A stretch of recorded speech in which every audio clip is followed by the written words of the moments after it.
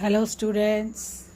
So today I am back with a very important topic, that is, if you want to write correct spellings you should know the morpheme. This is one of the most important thing which as a student of English you all should know. So let's start with morpheme. How it will help you, how we are going to learn this, I will tell you in this video. Morphemes, they are the smallest unit of meaning in language. सबसे छोटे unit meaning जो होता है उसको बोलते हैं morpheme. ठीक है, अ वर्ड और a part of a word that has a meaning, यानी कोई भी पार्ट ऑफ वर्ड या कोई वर्ड है ना, दोनों में कुछ भी मॉर्फीम होता है, उसका और छोटा भाग नहीं किया जा सकता. जैसे हमने कोई भी वर्ड ले लेते हैं, हम जैसे हमने कहा वर्ड, तो वर्ड एक मॉर्फीम है. ठीक है ना, मॉर्फीम है. मीनिंग, मीनिंग में मीन एक मॉर्फीम है और आईएनजी उसका अलग है. ठीक है, तो मीन तो एक सबसे मीन, अब मीन से छोटा शब्द नहीं बन सकता, तो मीन एक स्मॉलेस्ट यूनिट ऑफ मीनिंग है. मॉर्फीम में क्या क्या होता है, एक बेस वर्ड होता है, उसमें एक रूट होती है, प्रीफिक्स होते हैं और सफिक्स होते हैं. ठीक है, इसको आप अलग अलग तरीके से ज्वाइन करके वर्ड को बनाते हैं. अब ये दो तरह के होते हैं मॉर्फीम्स. एक फ्री मॉर्फीम्स होते हैं जो अकेले खड़े रहते हैं, जैसे कैट, वॉक, गवर्न.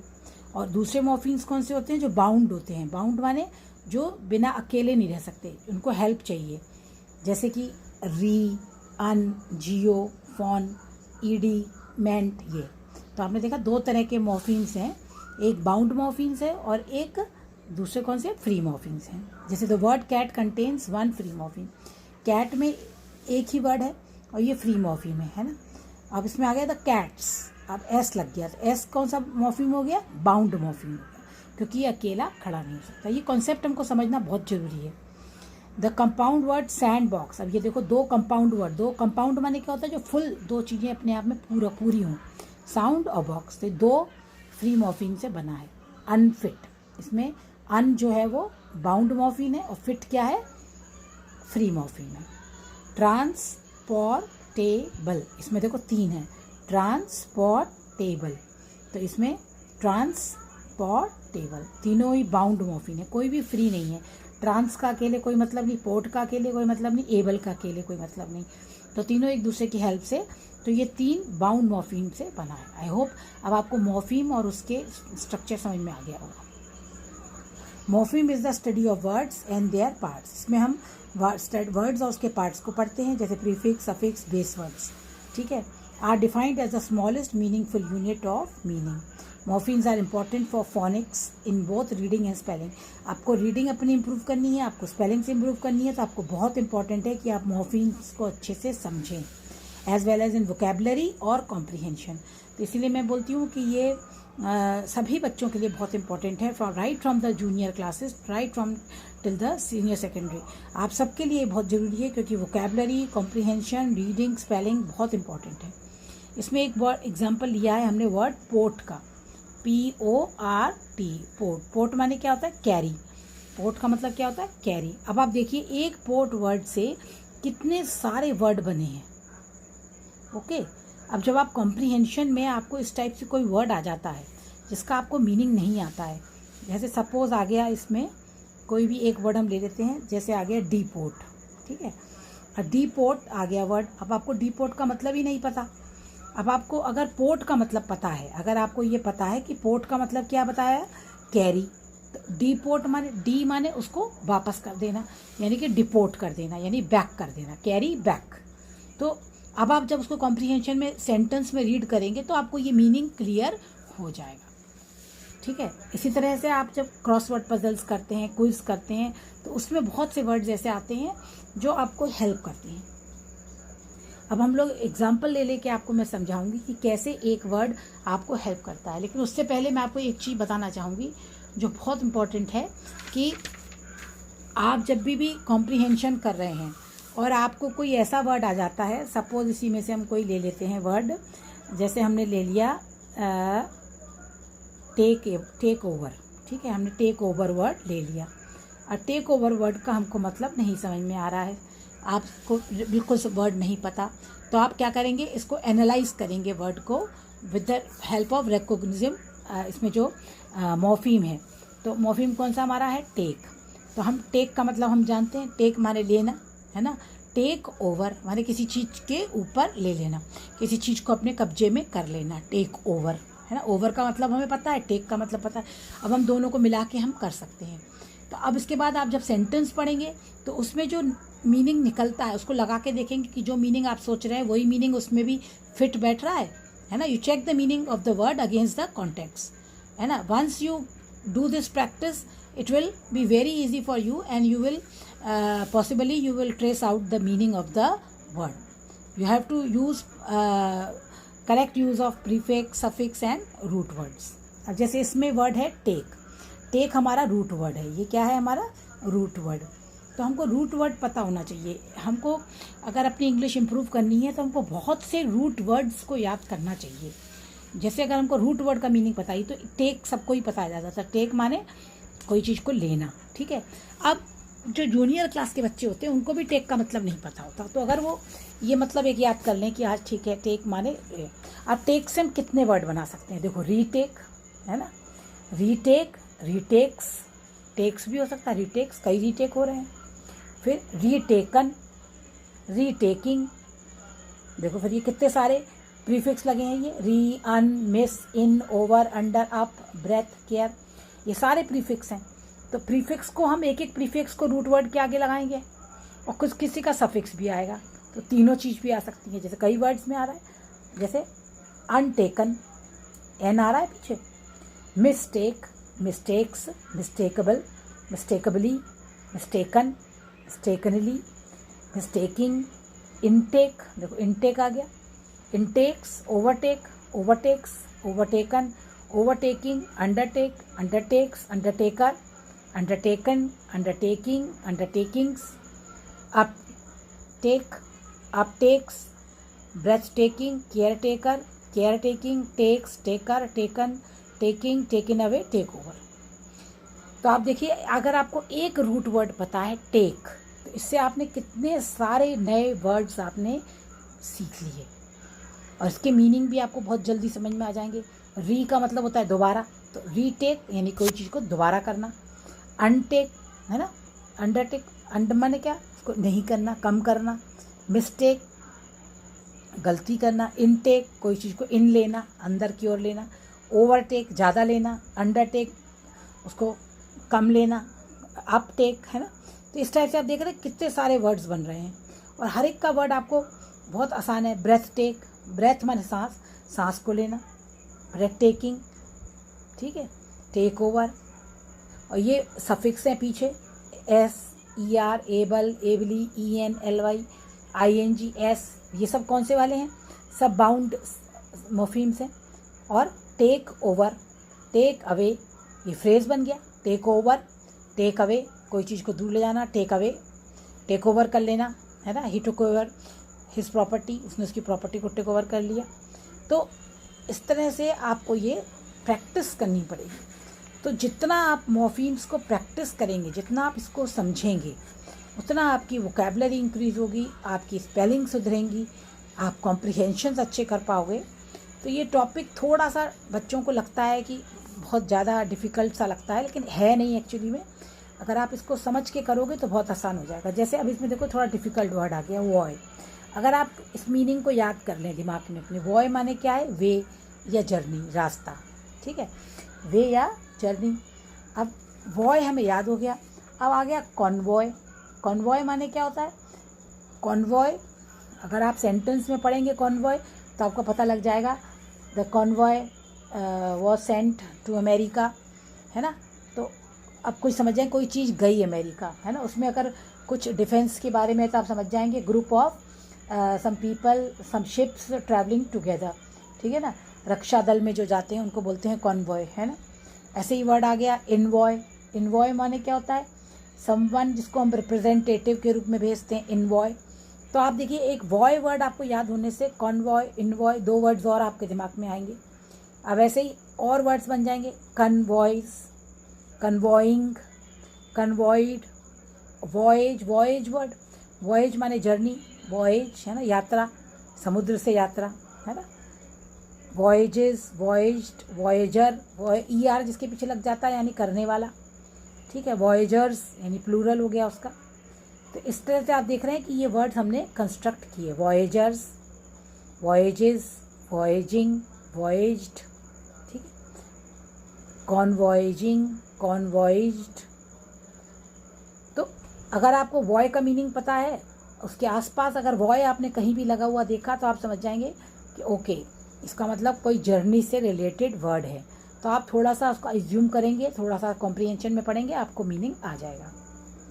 अब देखिए, कुछ ये बहुत इंपॉर्टेंट रूल है कि कई बच्चे पूछते हैं कि ANCE और ANCY, ANT ये कब आता है। जब हार्ड सी का उच्चारण होता है तब हम ANCE लगाते हैं, ANCY लगाते हैं, ANT लगाते हैं, ठीक है। जब सॉफ्ट सी और सॉफ्ट जी का होता है तो ENCE, ENCE, ENT, और आफ्टर ID ER, बाकी सबके बाद ER ही लगाते हैं। ये ANCE, ENCE इसलिए रूल मैंने आपको बता दिया ताकि अगर आप रूल से चलें तो बेटर है, लेकिन आप इसको प्रैक्टिस करेंगे तो ये बहुत ईजी हो जाएगा। जैसे आप देखिए, कोई भी वर्ड वैकेंसी, VACANCY, वैकेंसी है ना, वैकेंसी, तो ACANCY आ रहा है, वैकेंसी। तो जब वैकेंसी ANCY है तो इसका मतलब इसके पहले हार्ड सी आ रहा है, वैक सी का आ रहा है ना, हार्ड सी की आवाज़ आ रही है, तो इसलिए NC आया, ठीक है। इसी तरह से एरोगेंस, ठीक। तो इसको आप एक बार पढ़ लीजिएगा, प्रैक्टिस करिएगा। ये केवल आपकी नॉलेज के लिए मैं बता रही हूँ। ये बहुत ज़्यादा रूल्स हम इसलिए नहीं फॉलो कर पाते क्योंकि इतने रूल्स हमको याद नहीं रहेंगे, लास्ट में हमको इतने रूल्स याद नहीं रहेंगे। तो बेटर है कि हम इसको प्रैक्टिस पे ज़्यादा जाएँ, ठीक है। इसी तरह फाइनल शन अगर आ रहा है, शन साउंड आ रही है तो ISSION आता है। अगर पर्सन कोई है तो CIAN आता है, ठीक है। और अगर अनदर है, उसके इन दोनों के अलावा TION आता है। ये आप याद रख लीजिए कि जब भी पीछे CION आता है ना, जैसे म्यूजिशियन तो कोई व्यक्ति के पीछे आता है, म्यूजिशियन, ठीक है, और बाकी सबके पीछे TION आता है। तो ये थोड़े से रूल हैं, इनको अगर आप चाहें तो अच्छे से देख सकते हैं। अभी हम अपने मॉर्फीम्स पर लौटते हैं। जैसे वर्ड पार्ट, सीलिंग, स्पाइडर्स। ये सीलिंग स्पाइडर्स एक तरह से बताया गया आपको कि जैसे ओमनी वर्ड है, ओमनी माने क्या होता है, ऑल, है ना। तो ओमनी से कितने वर्ड्स बन सकते हैं, ओमनी बस, है ना, ओमनी पोटेंट, ओमनीशिएंट, ओमनी, कितने सारे वर्ड्स हैं। तो ये क्लासरूम एक्टिविटी थी कहीं की, तो ये अच्छी लगी मेरे को, इसलिए मैंने कहा आपसे शेयर कर दें इसको। ये देखिए, इसमें भी देखिए, देख रहे हैं आप कितने सारे फ्लावर्स के रूप में उन्होंने बीच में रूट वर्ड बनाया है और चारों तरफ फ्लावर से ये कर रखा है। तो अगर आप ऐसे वर्ड्स याद करना चाहते हैं तो ये एक एक्टिविटी आप अपनी स्क्रैप बुक बना सकते हैं, उसमें आप इसको लगाते जाइए। आप रूट वर्ड ढूंढिए, उसके क्या क्या वर्ड्स बनते हैं वो बना के ऐसे अपनी एक बुक बना सकते हैं। तो ये आपकी वोकैबुलरी बुक बन सकती है जो आपको बहुत हेल्पफुल रहेगी थ्रू आउट योर लाइफ। ऐसे प्रीफिक्स रूट पॉकेट्स बना सकते हैं, जैसे अन से शुरू होने वाले, री से शुरू होने वाले। ऐसे आप अपनी एक्टिविटीज़ कर सकते हैं, प्रोजेक्ट्स बना सकते हैं अपनी क्लासेस में। बहुत अच्छे आइडियाज़ हैं ये। जैसे अन से, अन माने नॉट होता है, री माने डू इट अगेन, मिस माने रॉन्ग। तो आप इसमें डाल सकते हैं लिख कर, और आपको जहाँ भी कहीं ऐसे वर्ड्स मिलें आप उसको कागज़ पे लिख के उस पॉकेट में डाल दें और कभी भी आप उसको रिवाइज कर सकते हैं। तो ये एक्टिविटीज़ बड़ी हेल्पफुल होती हैं अगर आप वाकई में अपनी इंग्लिश को इम्प्रूव करना चाहते हैं। अब देखो, जैसे अनरीडेबल, इसमें 3 वर्ड्स हैं। एक रूट वर्ड है रीड, अन है प्रीफिक्स, और एबल है ये। तो कैन बी डन, एबल माने क्या होता है, कैन बी डन, अन माने नॉट, तो नॉट रूट एबल यानी जिसको हम पढ़ नहीं सकते, ठीक, वो अनरीडेबल हो गया। ये देखो, ये भी एक बच्चे की एक्टिविटी बुक से मैंने लिया है। जैसे उसने बोला डी, है ना, डी का उसने बताया डी फेस्टेड, आई एम डिहाइड्रेटेड, है ना, the number of D consist just like, ये बच्चे ने बनाया है। इस टाइप से आप अपनी कॉपीज़ बना सकते हैं प्रोजेक्ट के रूप में। आजकल आप फ्री हैं, डिक्शनरी उठाइए, रूट वर्ड निकालिए और ऐसे बनाइए। देखिए आपकी इंग्लिश कितनी अच्छी हो जाएगी। जैसे फोर का इसने बनाया, फोरकास्ट, फो फादर, है ना, फो, जैसे रिक्वेस्ट का प्री का बनाया, प्री रिक्वेस्ट, प्रीएम्बल, ओके। तो आप इसे अपनी एक्टिविटी बुक बना सकते हैं। ये देखिए रूट वर्ड्स, ये रूट वर्ड्स हैं, ये प्रीफिक्स हैं, ये सफिक्स हैं। तो कितने रूट वर्ड्स इसमें, राइट माने लिखना, एक्ट माने acting, play, tie, agree, read, joy, view, तो कितने सारे आप वर्ड्स बना सकते हैं, ठीक है। जैसे प्रीव्यू है ना, pre right, disagree, enjoy.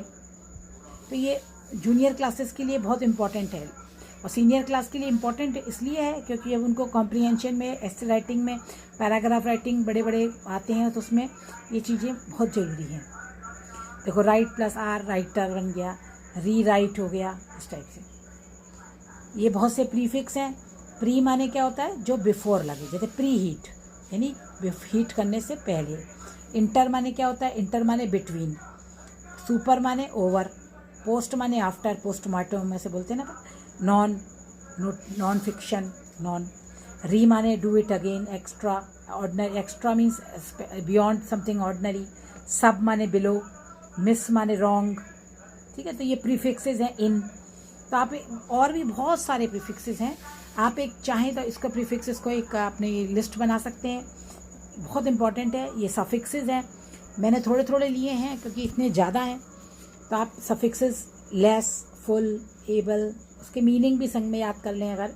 In a certain way, Y लग गया मतलब फुल ऑफ, जैसे स्नो, स्नोई यानी full of snow. Ness, state और कंडीशन, हैप्पीनेस।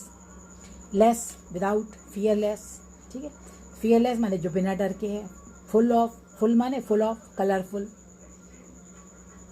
अब देखिए ये जैसे आपके बाउंड मॉर्फीम्स हैं, डिलीवर, डिलीवर्ड। तो इसमें एक तो हो गया फ्री मॉर्फीम और एक हो गया ईडी वाला। तो ये आप प्रेजेंट से पास्ट भी बनाते हैं। तो आप पास्ट टेंस जब याद करते हैं, मैं बोलती हूँ हमेशा फॉर्म्स ऑफ द वर्ब याद करिए because they are very important. तो लर्न, लर्नेड, पिग्ड, पिग्ड, ठीक है। ये अब देखो जैसे मैंने कई इसमें एग्जाम्पल लिए हैं जो आपको हेल्प करने के लिए हैं। आप चाहें तो इनको अपनी कॉपी में नोट कर लीजिए, इनको याद भी करिए तो बहुत अच्छा रहेगा। जैसे बायो वर्ड का मीनिंग आपने याद कर लिया। ओरिजिनली एक ग्रीक वर्ड है। आपको मैं बता दूं कि ज़्यादातर हमारे इंग्लिश में बहुत से वर्ड्स हैं जो ग्रीक या लैटिन रूट के हैं और उनको चेंज नहीं किया गया ईयर से, उनको चेंज नहीं किया गया और इसीलिए हम उनके मीनिंग्स जानने में बहुत दिक्कत होती है। इंग्लिश में कई वर्ड्स ऐसे हैं जिनके आपको मीनिंग याद ही करने पड़ेंगे, है ना। और दूसरा एक चीज़ और है कि ये मॉर्फीम्स हमेशा आपको सब जगह काम करेंगे ऐसा भी नहीं है, इनकी भी एक लिमिटेशन है, लेकिन फिर भी बहुत हेल्पफुल रहते हैं ये। तो जैसे आप बायो का मीनिंग याद कर लिए, बायो माने लाइफ, है ना। अब देखिए बायो, अब लॉजी, लॉजी माने क्या था, स्टडी। किसी के पीछे भी लॉजी लगाए तो आप समझ जाइए स्टडी। अगर किसी के पीछे ग्राफ लगाए तो आप समझ जाइए मतलब राइट, लिखने से संबंधित है। तो देखिए आपको अगर ये सब मीनिंग आते हैं, लॉजी का मतलब पता है, ग्राफ का मतलब पता है और आपको बायो का मतलब पता लग गया, बायो माने लाइफ तो माने स्टडी ऑफ लाइफ, बायोलॉजी का मतलब पता लग गया एक मिनट में। बायोग्राफी यानी लाइफ ऑफ सम राइटर, कुछ रिटन अकाउंट। अब बायो, इसी तरह बायो केमिस्ट्री यानी कि लाइफ ऑफ केमिकल्स। बायोप्सी यानी बायोप्सी माने क्या होता है, व्यू, दृश्य। तो बायोप्सी लाइफ ऑफ सम, है ना, किसी टिश्यू को कहीं से निकाल के टेस्टिंग पर्पज से। ऑटो बायोग्राफी, ऑटो माने सेल्फ, बायो माने लाइफ, ग्राफी माने रिटन यानी सेल्फ लाइफ रिटन, जो अपनी लाइफ को खुद लिखे। तो आप देख रहे हैं इस तरह से एक बायो के मतलब जानने से और थोड़े प्रीफिक्स के मतलब जानने से आपने कितने सारे वर्ड्स फ्रेम कर लिए और आपकी वोकैबुलरी कितनी इनरिच हो गई। ओके, ये नेक्स्ट वर्ड है मैम। मैम का मतलब क्या होता है, मैम भी एक लैटिन वर्ड है। मैंने बोला ना कि इसमें बहुत सारे अपने इंग्लिश में वर्ड्स लैटिन और ग्रीक के हैं, इसीलिए हमको इनको याद करना पड़ेगा, है ना। इसका मतलब मैम माने क्या होता है, रिमेंबर, याद रखना। अब देखो जहाँ जहाँ मैम लगाते जाएंगे वहाँ रिमेंबर का अर्थ आता जाएगा। जैसे memorial, ma'am plus Oryol, remember, है ना। रिमेम्बरेंस, मेमोराइज, मेमो, मेमो माने रिमेंबर, याद रखो। मेमो, मेमो मीन्स और याद रखो, रिमेंबर, हिस्टोरिकल अकाउंट। तो आप देख रहे हैं एक मेमोरियल वर्ड जैसे अगर आपको आ जाए कॉम्प्रीहेंशन में या कहीं याद करते वक्त और आपको उसका मतलब ही नहीं समझ में आ रहा है मेमोरियल, तो आपको मैम का मतलब अगर पता है तो आपका याद आएगा। मैम माने कोई याद करने की चीज़ से, याद रखना। तो मेमोरियल माने कोई ऐसी चीज़ जो याद रखने के लिए काम आती है और आगे पीछे जब आप उसको सेंटेंस में अप्लाई करेंगे तो आपको फट से उसका मीनिंग मिल जाएगा। ओके, इसी तरह थर्म, थर्म माने क्या है, थर्म माने होता है हीट। इसको हम थर्म नहीं पढ़ेंगे, आर जब भी बीच में आता है उसको साइलेंट कर देते हैं, थर्म, ठीक है। तो देखो थर्म, थर्मल यानी काइंड ऑफ, थर्मल है ना, रिलेटिंग। थर्मोस्टेट, थर्मोमीटर, थर्मो, जियो थर्मल। अब जियो का मतलब भी अगर आपको पता हो तो जियो थर्मल, अर्थ, जियो माने होता अर्थ, जियो का मतलब ज्योग्राफी पढ़ते हैं ना, अर्थ है ना। थर्मोस, थर्मोस क्या होता है, हीट हैविंग समथिंग, यानी किसी चीज़ में container that keeps liquid hot. इस तरह से आपको थर्म का मतलब पता होने से आपको बहुत सारे, ये भी ओरिजिनली ग्रीक का वर्ड है। अब देखो साइकिल नहीं, साइकिल का ई गायब है बस इसमें। साइक माने साइकिल, वो सर्कुलर, यानी वो है साइकिल वाला ही सा है, ठीक है। अब इसमें देखेंगे जैसे आप साइक्लोन, क्या है साइक्लोन, साइक्लोन माने क्या होता है, साइक्लोन साइकिल प्लस ऑन माने सर्कल, यानी जो गोल गोल हो, साइक्लोन। साइक्लोन से अब आप ये तो समझ गए कि साइक्लोन माने कोई चीज़ जो गोल गोल हुई जा रही है। साइकिलिस्ट जो साइकिल चलाने वाला है, तो समझ में आया। मोटरसाइकिल, बाईसाइकिल, बाई माने 2 होता है, तो 2 पहिए की साइकिल। साइकिल्स माने साइकिल, जिसको हम बोलते हैं सीरीज ऑफ इवेंट्स, साइकिल, एक के बाद एक साइकिल चली आ रही है।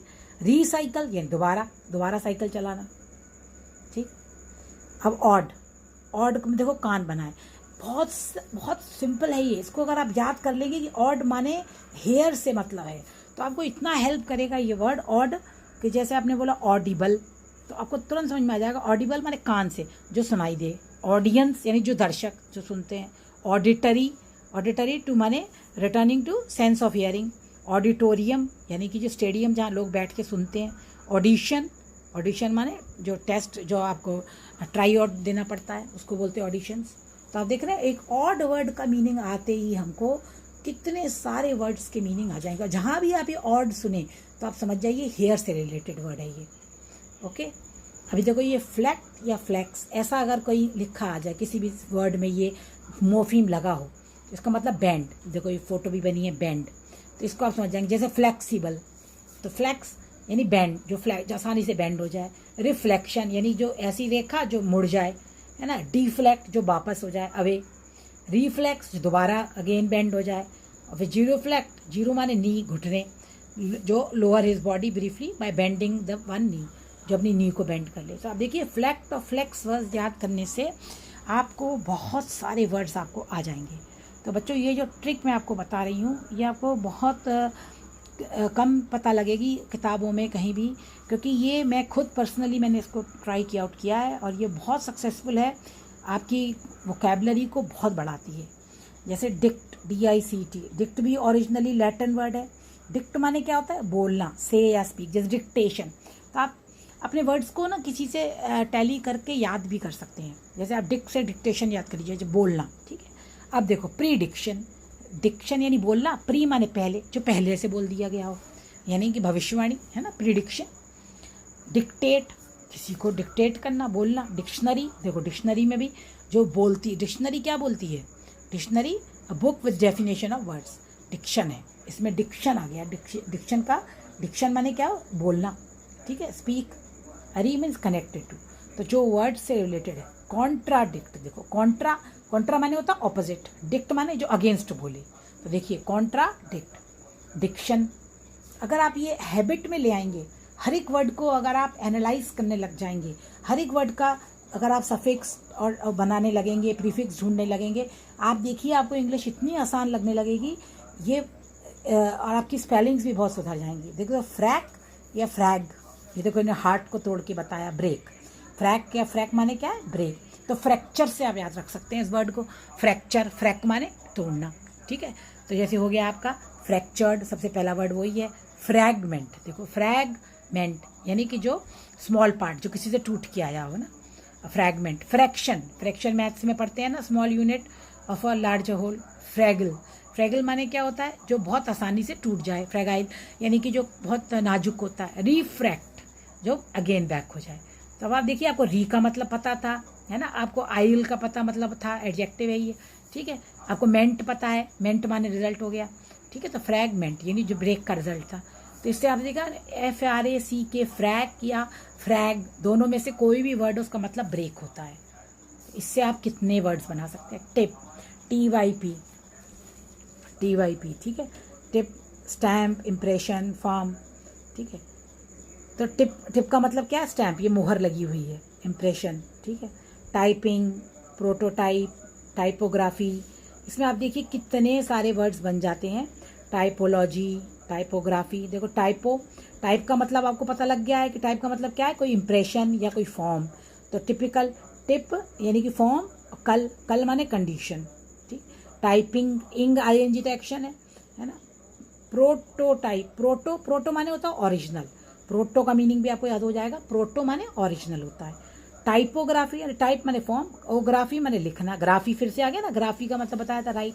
टोपोलॉजी, ओलॉजी का मतलब मैंने बताया था स्टडी, यानी जो फॉर्म की स्टडी करे, सिंबल्स टाइप्स की स्टडी करे। तो बच्चों इस टाइप से बहुत से वर्ड्स हैं, बाकी के हम कल लेंगे। आज के लिए इतना ही। तो आई होप आपको ये वीडियो बहुत अच्छा लगेगा, बहुत यूज़फुल है ये वीडियो। और इसको आप मैंने आपको आइडियाज़ भी दिए हैं कि कैसे आप अपनी स्क्रैप बुक बना सकते हैं, कैसे आप अपनी ओन नोट्स बना सकते हैं इसके लिए। और please develop this habit of just analyzing the morphemes, okay, because more and more you will study, more and more you will read these morphemes, you will be perfect in English. So tomorrow I will take rest of the video. Thank you, have a nice day, and you please subscribe the channel because all my videos are linked with each other, and if you want to master your English, please follow seriously. Thank you, have a nice day, bye.